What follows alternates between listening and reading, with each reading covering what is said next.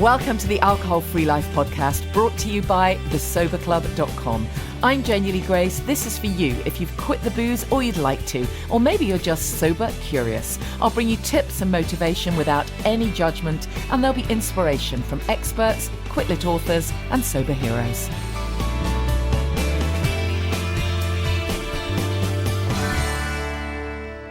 Hi, and welcome to the Alcohol Free Life podcast with me, Janey Lee Grace. I hope you had a good week and a good Easter holidays, and a few people in the Sober Club really appreciated the interview with Susan from last week, from Susan from Holist Sober, where we were talking about getting through those holiday periods, particularly if you're early days of ditching the booze, when all those associations all the triggers can just feel so unbelievably strong. But I hope you've pulled through. I hope you stayed connected. I hope you shared how you were feeling. That's the beauty of being part of something like the Sober Club. The connection is amazing, and you just kind of pop on there and share how you're feeling, and you just get such amazing non-judgmental support back. And that's ultimately what we all need, isn't it? Whatever's going on for us, we just need to feel there's somebody there for us in a completely non-judgmental way. I hope you're going to absolutely love my guest this week. I'll tell you all about him in a moment. Just before I get into that, a reminder that we have Family Constellations Day, Saturday, April 15th. So you may be listening to this too late for that. But just in case you're interested, just go to thesoberclub.com and click on events. And it's not too late to get a ticket for that. It's in Hertfordshire. And then next weekend, Saturday, April the 22nd, we've still got spaces for Sober by the Sea. And it's just such a lovely day where you can create a vision board. And who doesn't want to do that? Magic happens when you create a vision board. And all the materials are supplied, and we have a lovely healthy lunch and a walk by the sea, and there's coaching involved. And it really does not matter what stage you're at. You may be sober curious, you may be not sure whether you're even interested in anything like that, but who cares? Or you might have been sober 10 years. Doesn't matter. It's not about the are you stopping drinking piece. It's the what do I want for my life piece. And we all want something, right? So, and it's quite interesting because often when we do these Sober by the Sea days, we have people come along who actually haven't taken time to stop and think what it is they want in ages, literally ages. They've been so busy just getting on with work or their career, or looking after their family, or thinking of what they do as a parent, and they really have not stopped to actually focus on themselves. So treat yourself to a day. Just make this a one-day little retreat for you, and come and spend some time with us. So it's Sober by the Sea, Saturday, April 22nd in Southend-on-Sea. You know, never know, the sun might come out for us, and we'll have a really lovely day. It's a really tiny group. So again, go to thesoberclub.com and click on events if that's something that interests you. News story wise, you know, I always like to keep my eye out on stories that are going to make me rage. Well, there was another one this week. What a surprise. Miracle hangover cure they're telling us about, which is a probiotic pill that's apparently really full of good bacteria. Well, yeah, that's what probiotic pills are. And it helps you avoid or avert side effects from a night on the booze. So here you go. They've created, or they're trying to create this probiotic pill that you can take, which will prevent your hangover and stave off the ill effects of alcohol. Well, what could be better is what they're saying in this piece. You know, just how amazing we'll be able to drink as much as we want. They've tested it on mice so far, and they found that the mice, the rodents that were given the probiotic pill, were able to recover more quickly from the effects of booze. They actually just shared details of this study where they tested it. They exposed them to different levels of alcohol, and they had a control group which showed signs of drunkenness 20 minutes after the exposure to alcohol. But the mice that had the probiotics were able to the ones that hadn't had it were unable to get back on their feet after 20 minutes of exposure to alcohol. The mice that received the probiotic were still able to turn themselves over after alcohol exposure. Oh my God. I mean, surely this study ought to be about, around cruelty to mice. Why would you even do that? I mean, seriously, everything about this makes me just rage. How utterly ridiculous. Of course, take probiotics. Probiotics are good, as is a good variety in your diet. Of course, we want to look after our gut health, but don't create a pill that happens to be a probiotic in order to avoid the effects of a hangover and then just go and drink just as much on account of, the effects of the alcohol will be doing you harm. Right?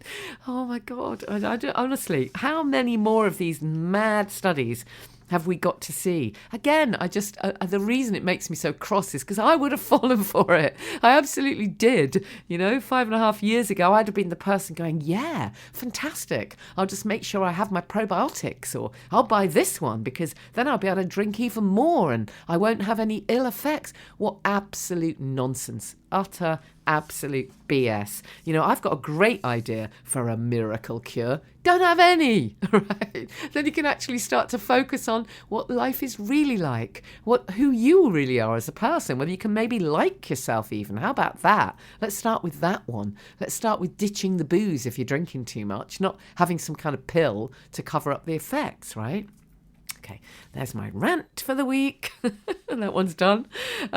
Anyways, I'm going to tell you about this week's guest. I was so thrilled to get a chance to interview Rich Hardisty, from storming the Edinburgh Fringe Festival to selling out and extending a Soho theatre run twice. Actor, writer and comedian Rich Hardisty is taking his hilarious yet touching show Silly Boy out on the road for a debut national tour this spring. So reading about this tour, I kind of tuned into this. I thought, shall I cover this on the podcast? And I just thought, why not? In the kind of press release for the tour, it says Rich shares the highs and lows of his eventful and peculiar life, revealing how his mental illnesses affect him. Silly Boy explores themes such as anorexia, bipolar disorder, self-harm, borderline personality disorder, and heroin abuse. But as dark as the subjects may be, the show isn't heavy. It's a celebration of the beauty and stillness of it all and the interesting and sometimes shocking things that his brain is capable of doing, whether he wants it to or not. It's got really rave reviews, this show, and I just figured let's have a chat to him, because there will be people listening to this show who do want a better understanding of mental illness, whether they're own situation or someone in their family. And we know that alcohol exacerbates mental illness. There's no doubt about that. Exacerbates depression, I should say, certainly, and anxiety. And that's not necessarily saying alcohol causes that, or that causes you to drink. We don't necessarily know which way round it might be, but we do know that it will exacerbate whatever problems are going on. So I thought it'd be really interesting to chat to Rich, and the tour sounds fascinating. So enjoy the interview. Oh, I'm really, really thrilled to be able to chat to Rich Hardisty, and particularly because the title of this show is Silly Boy. I mean, it doesn't get better than that for me, having worked with Steve Wright in the Afternoon, who uses the phrase Silly Boy for about 23 years. Yeah, I heard about this. Yeah, exactly.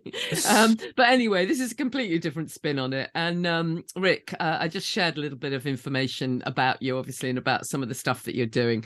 But what struck me was I really wanted to chat to you on the show, because it sounds as though what you've done has, and I'm sure this is a tremendous cliche, but it sounds like you've been super brave in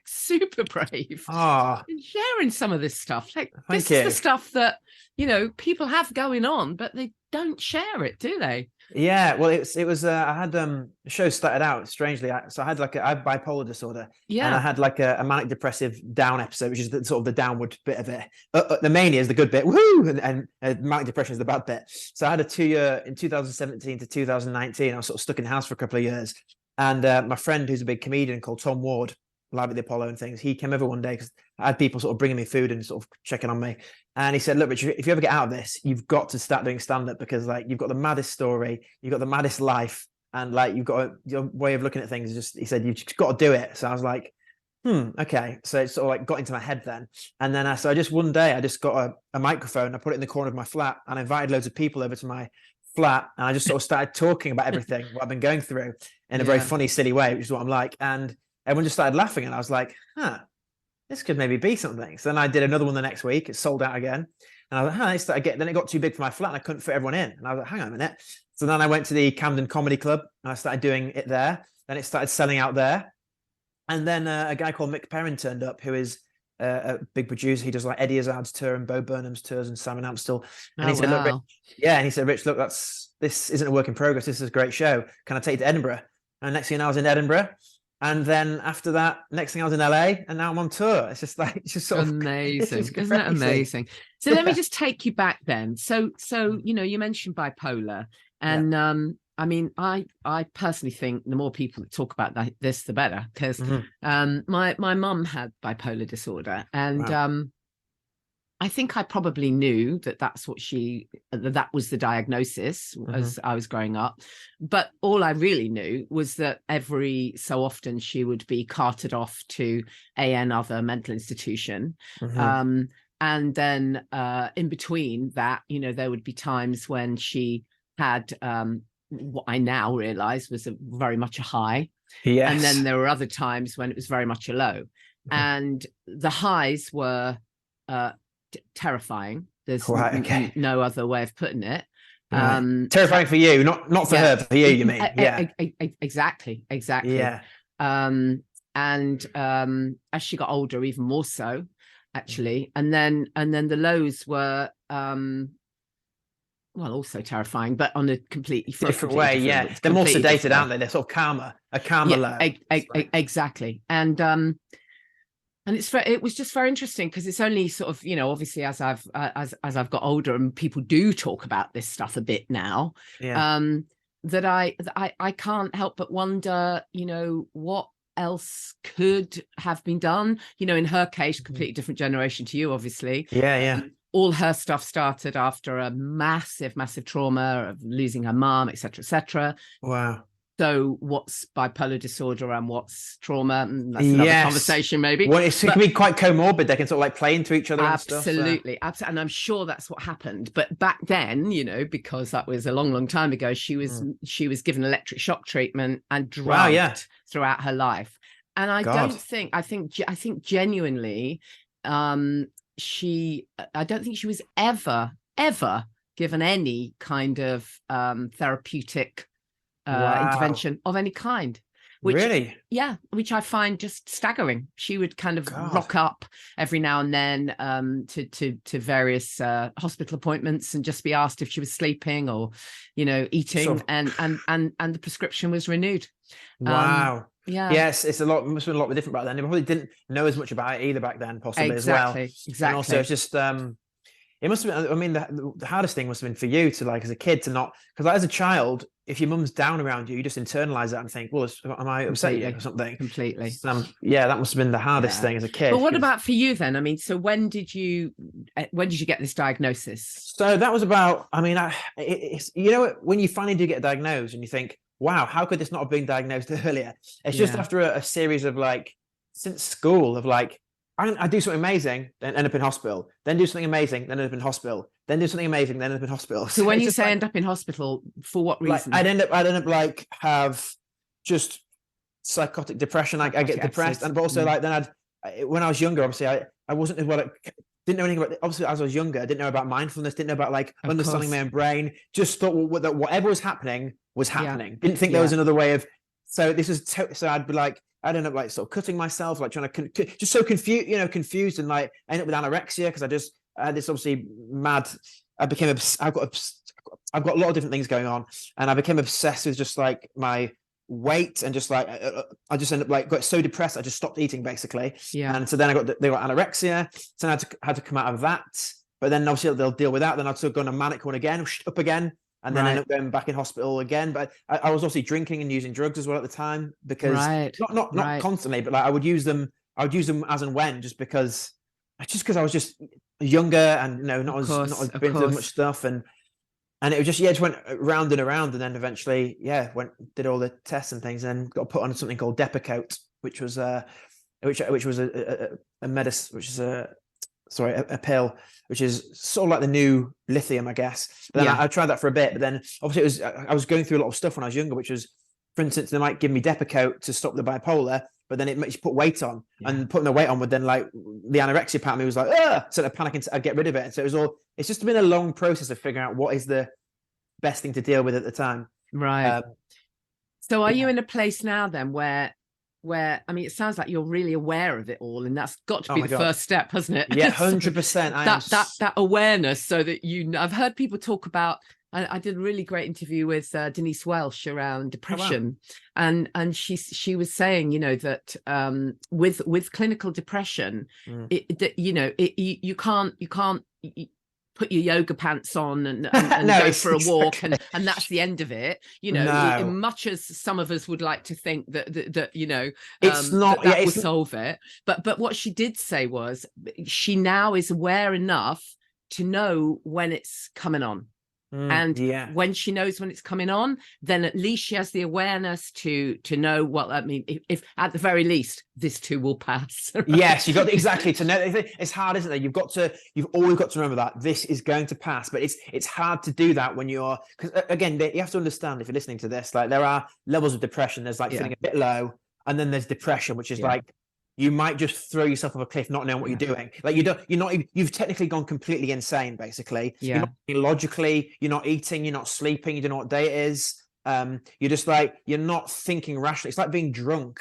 You're like, you come around from being sober, from being drunk sometimes, and go, what was I doing? You actually remember what you're doing. Like, someone in my family recently got psychotic depression, and like, never had anything to do with it before, never ever, no inklings, no drug use. And one day it came on, and then just like, couldn't even get out of bed, didn't know where, didn't know his name, didn't know what was going on. Do you know what I mean? It's like, didn't know where it was, just had to be cared for. It's like, it's really, when your mind goes, it just goes. But I am a lot better now when I'm if I'm not that bad, I can consciously grab it and go, okay, just got to get through this. This is just how your brain works, Rich. And I'm on a thing called quetiapine now, which is actually the first medication that really helped me. It's for what's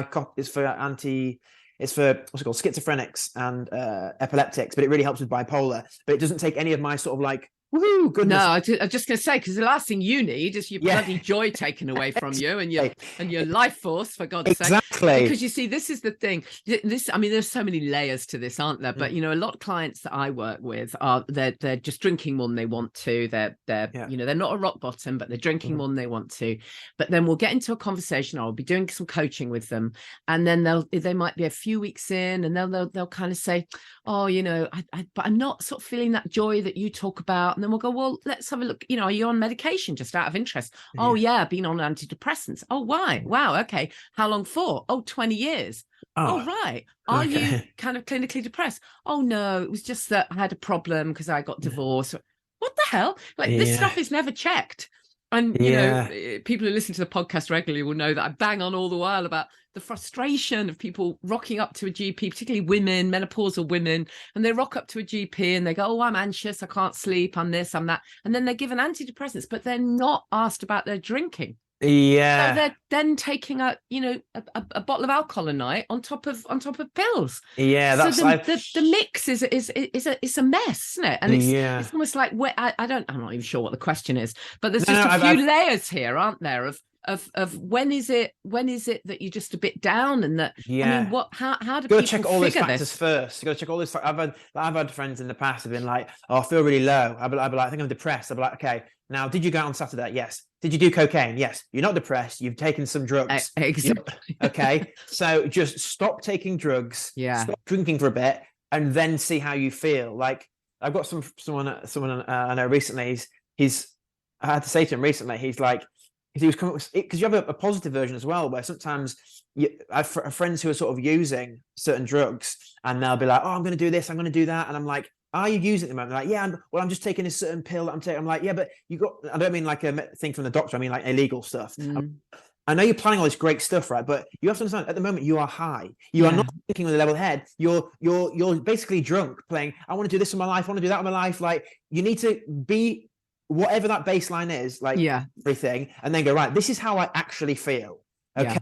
Can I cope with this? Yes, I'm actually okay, or I'm not okay. And if then you think, you know what, I'm sober, I'm nothing, I actually don't like how I feel, then maybe try taking something to stop that. If you feel you need that, if you've tried other stuff, like just addressing things, as we said, there's levels to it. You can't, sometimes you do need medication because everyone's brains are different. You need something to stop you from going insane. Exactly. But presumably for you now, you're at a stage where obviously you're on medication, of course. But presumably you now know what lifestyle bits can complement where you're at. And you know that the last thing you need to do is go and drink alcohol or another. And presumably you know the good stuff that supports you. Yes, 100%. Well, I've got that's for like numerous stuff. Like, I know the sort of people who I can't be around, and that's not because they're bad. It's just a bad mix for me. Do you know what I mean? It's like, I know the sort of partners I can have and I can't have, which I didn't know as a child. I was just, as a younger, you just sort of like, this is what being young is for, to learn these things from trial and error. I'm one of these people who, if you tell me not to do something, I just have to do it to figure out for myself. You know what I mean? It's like, that's why I left school with no GCSEs, because if someone gives me like a textbook, I'm like, this means nothing to me. I have to like experience. If someone says to me, don't take heroin, I go, I'll be the judge of that. Okay, I now know why not to take it, because I've taken it. I know how bad it gets. But so what we're saying about people I know, again, as I said, I'll do something amazing, then I'll end back in hospital. So I now know what my limits are in terms of like stand-up for me. So I've been writing TV shows and stuff and developing stuff with different channels and things, but like, I think that ended up like breaking my brain a bit. But the thing about stand-up that is so helpful is to be able to go out. It's all external. It's not too much clutter, and you get instant feedback. You know if it did or it didn't work, and then you can go and deal with that. I think I was sort of doing things. I was like, I knew I wanted to do that, but it's actually bad for the kind of brain that I have. Does that make sense? Like your fantasy that you might love, that you might have when you're younger, think, oh, my dream is to be the head CEO of a company. But when you get there, you're like, actually this is just stressful. This is not what I actually want. And not that I thought it could be a CEO of a company, but sort of writing comedy is good, but it's good to write a comedy and perform. So you're not just sat at a computer all day long. Do you know what I mean? I find that actually quite bad for my brain. I think it's really inspirational that you left, that you didn't have GCSEs and you know and all that. I mean, I've got a son who's in that kind of it's just not, school just doesn't fit. It just doesn't fit school. End off. And then with lockdown and God knows what else, everything kind of went to pot. But you know what? He's all right, and he'll be all right. And with the various jobs and the various things he's had, not one single person has ever asked him about a goddamn GCSE anyway. Exactly. What the hell is that even about? And that necessity that the whole world has to have maths. What? It's just, I know, that's another conversation. I was trying to about, because I was saying about how, because I was just getting lots of trouble. I was very hyperactive and mad and all over the shop. But the therapist was talking to me, said basically, Rich, there's two types of brains. Like, we're all born right brain. So the right part of the brain is play, creativity, love. When you have godly experiences, that's the right part of the brain flashes up. When kids go meow with a plane, that's the right part of the brain. But what we do is we're all born right brain, but then when we go to school, they knock it out of us to the left side. Now if you're left brained, like if you're good at copying and pasting and shutting your brain down and doing stuff, you'll do very well in the way this world is structured. Go to job 9 to 5, do your job, you can make it. But if you're right brained, you're going to really struggle, because you're like, it's not how this world is designed. Exactly. But we need more right brain people. We need the creativity, don't we, for God's sake? Exactly. Yeah.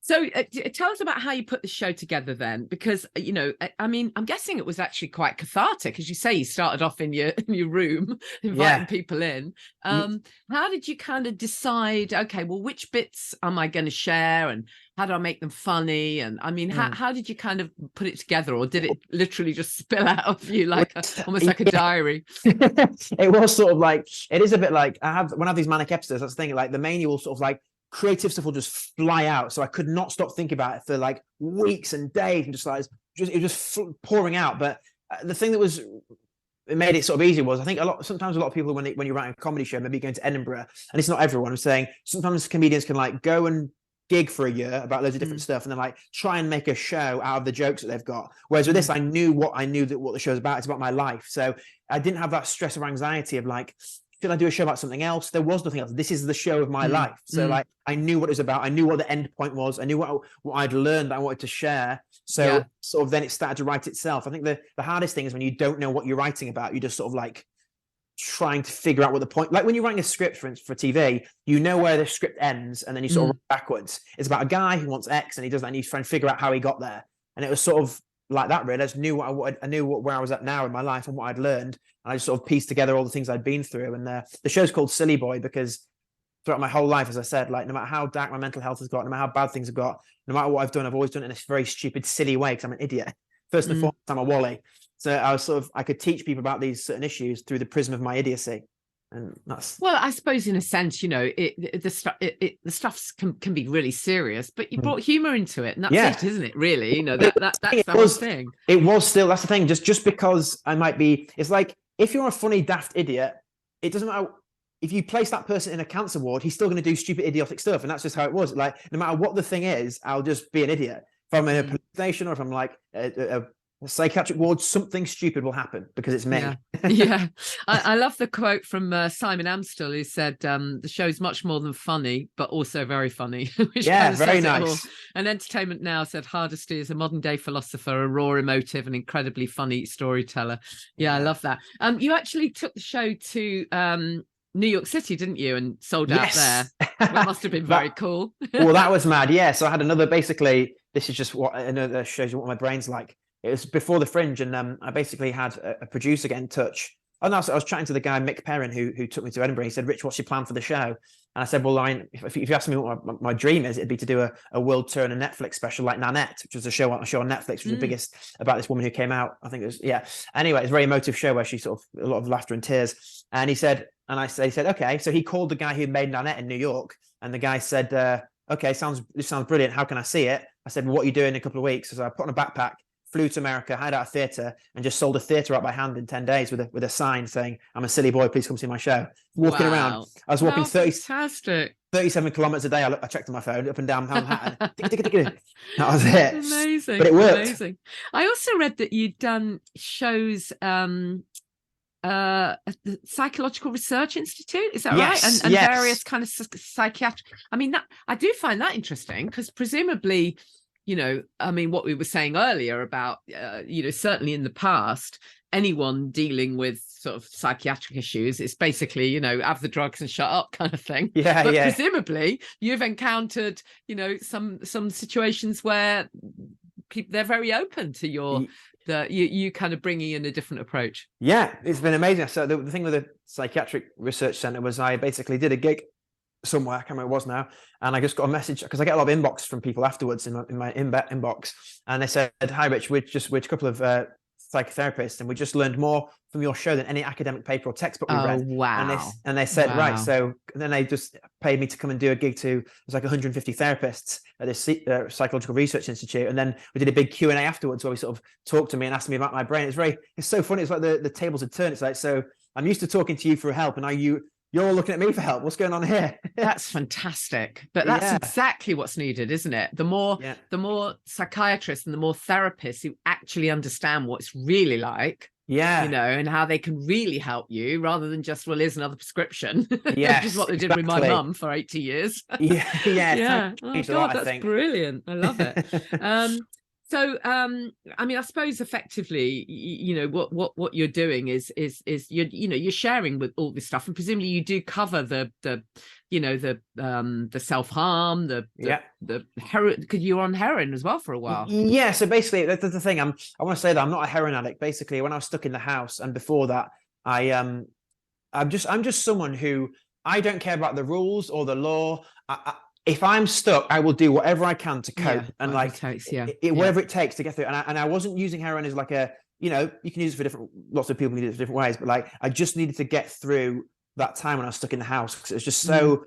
I've been like you really start to lose your mind. I'm not seeing anyone for a long time. I've been stuck inside. I just needed to feel some joy. I'm not saying it's the way to do it, but it was it helped me to survive. At least I'll be honest, I don't want it to be depressing here, but I thought if I don't take, I'm going to kill myself. I thought I need to like get through this little blip, and Yeah, so I've done everything I can to cope, and it's all, at the end of the day, all these things are about coping. Like Of anorexia, course, harm. of It's course. just very. We all just learn different ways of coping as human beings, and some of us learn bad ways, unfortunately, and that's Yeah, what therapy's exactly. done to unlearn. So, I mean, I'm not sure how to phrase this question, but I suppose, you know, aside from come to see your show, which of course, Yeah. you know, it's brilliant because you're exploring these dark subjects and you're sharing them. So that is a fantastic start. So let's talk about it. Let's take the taboo away. Let's make it, you know, let's bring it into the room, as it were.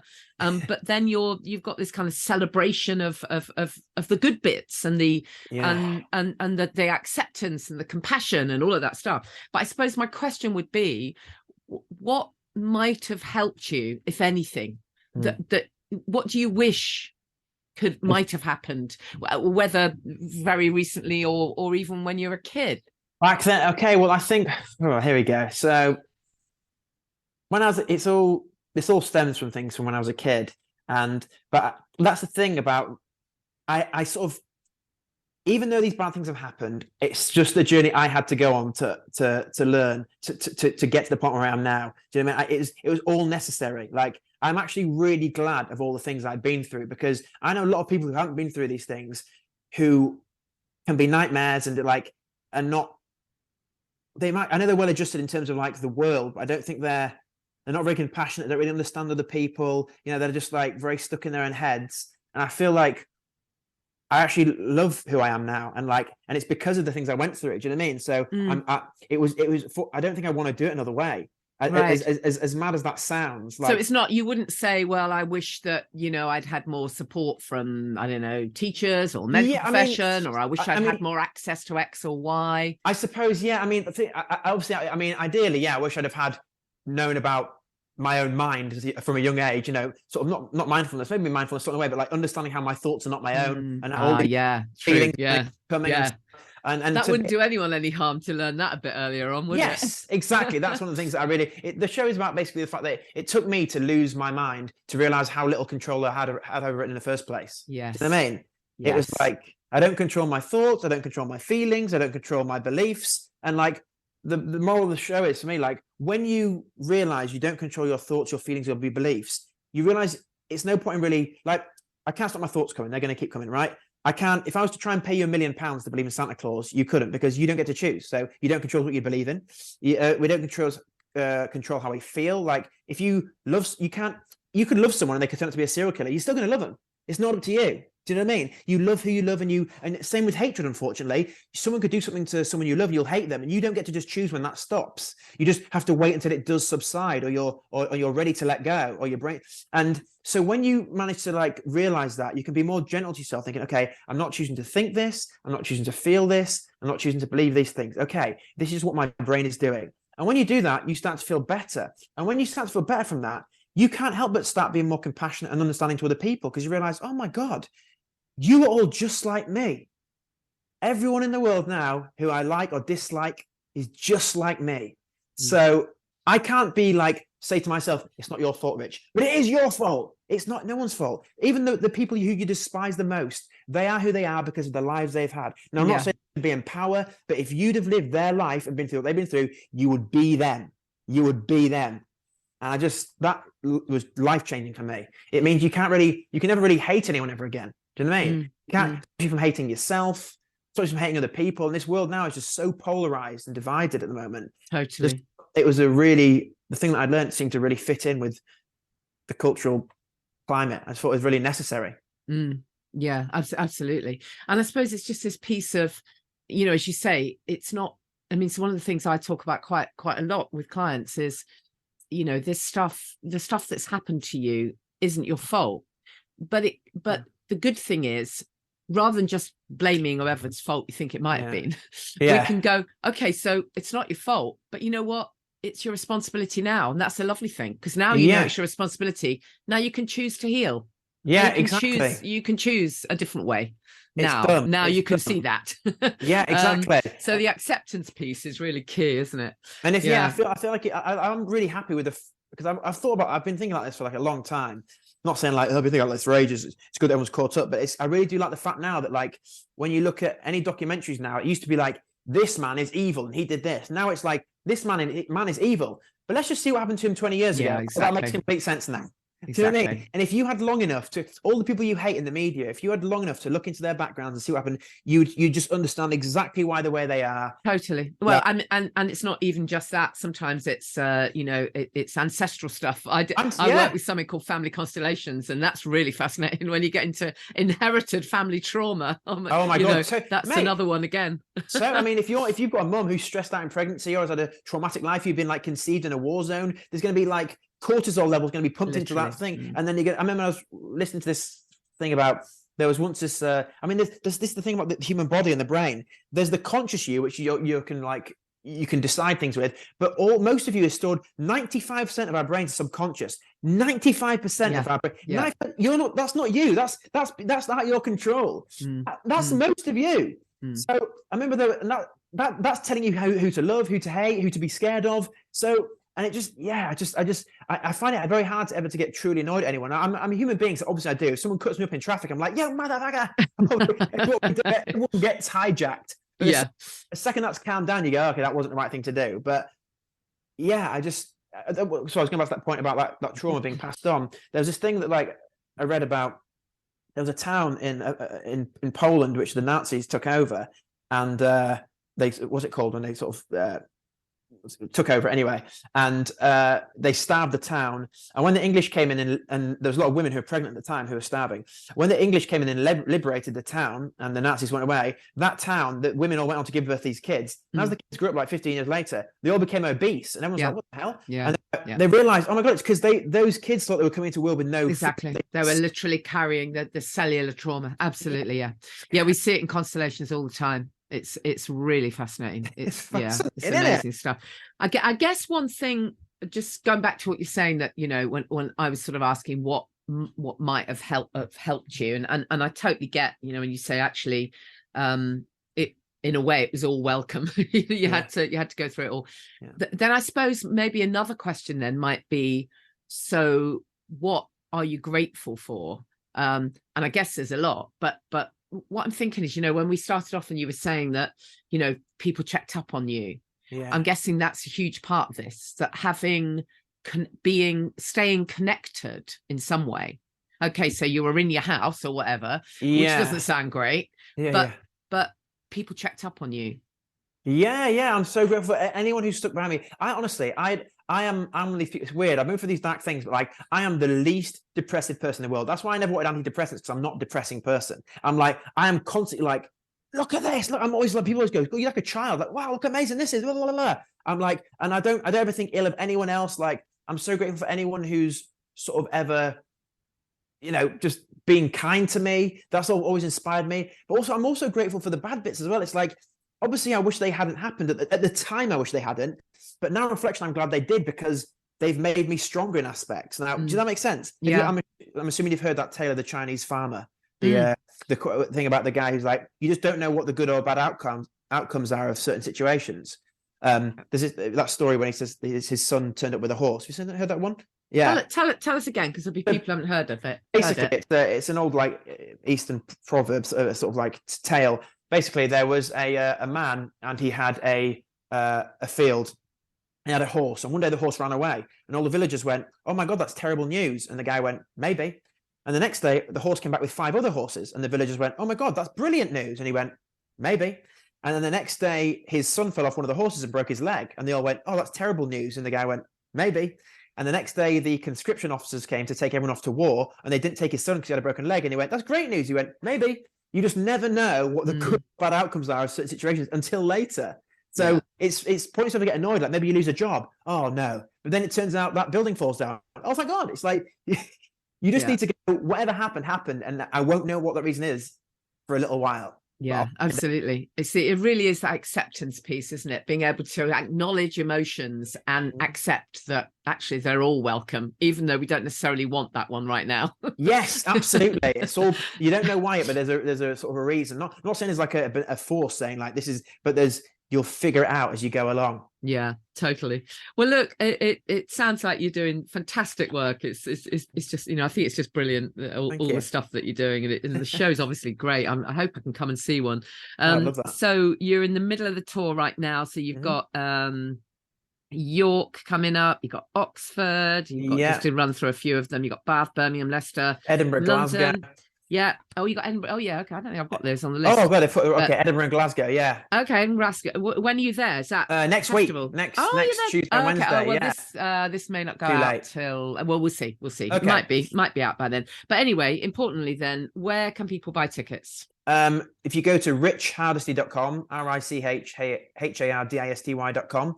Cool. And there's Rich_Hardisty on Instagram. There's all the links are there. Yeah. And we get Soho Theatre in London on the 9th and 10th as well, which is a very big one for me. Okay, great. Yeah, I'll try and come to that. Fantastic. Wonderful. Well, we'll put all that in the show notes, and I really wish you all the best with it. And Cool. Great that you mentioned Bo Burnham at the beginning. Yeah. My daughter showed me that. Oh my God, I cried my eyes out. He's great, isn't he? Sobbed my little heart out at it. Yeah, he's doing very well. God, yeah, really. That was a Netflix thing, wasn't it? Yeah, they're Inside. Sorry, say again. Inside. It's called Inside. Inside, yeah. As well, God, yeah. I absolutely loved it, but man, did it make me cry. It's so fantastic to chat to you. Thank you so much for being part of it. I really appreciate it. I think that what you're doing is super inspirational. Keep going. Keep getting all the great reviews. And thank you very much. Come and see the show. Thank you, silly boy. Wicked. I really appreciate it. Cheers. Bye. See you later. Bye.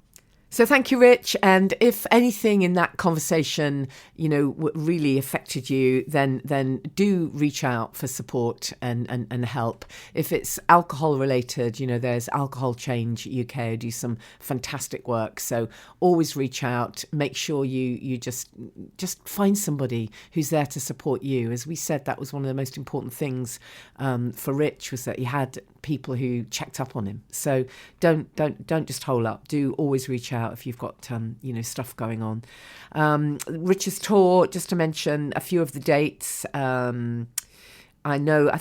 mentioned some, didn't he? And he's also got York and Oxford and Milford Haven, and he's doing Bath and Birmingham and Leicester and London and Northampton and Knaresborough and Reading and Durham, Edinburgh, obviously, Bangor and Liverpool. They're in no particular order, but they go through to May. And as he said, you can find tickets at richhardisty.com. So thanks, Rich. I really appreciate you taking the time to chat to us on the podcast. Don't forget then, if you are interested in family constellations, we were talking about it there in that interview. I feel like I'm talking about it all the time at the moment because, obviously we've got a workshop tomorrow.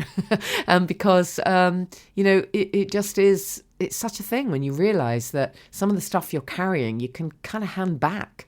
And to answer a few questions, I've written a blog post trying to explain what family constellations is. It's not the easiest to describe, but if you go to thesoberclub.com and scroll down to the blog, there is a post there that tries to explain it. So obviously, if you can't come to our workshop tomorrow, then register your interest, let me know, and perhaps we'll put another one on for you, or we'll do one online for those people who are not in the UK and not able to get to a constellations workshop.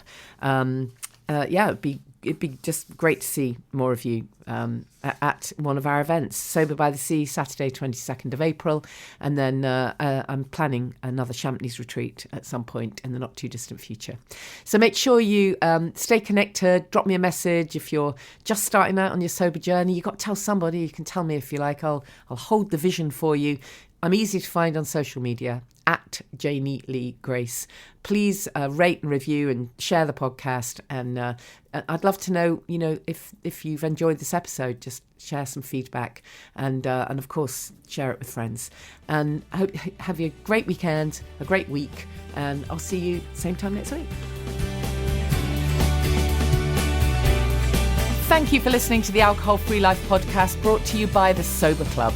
Please rate and review. And if you want support, accountability and inspiration, and you want to live your best life without the booze, check out thesoberclub.com.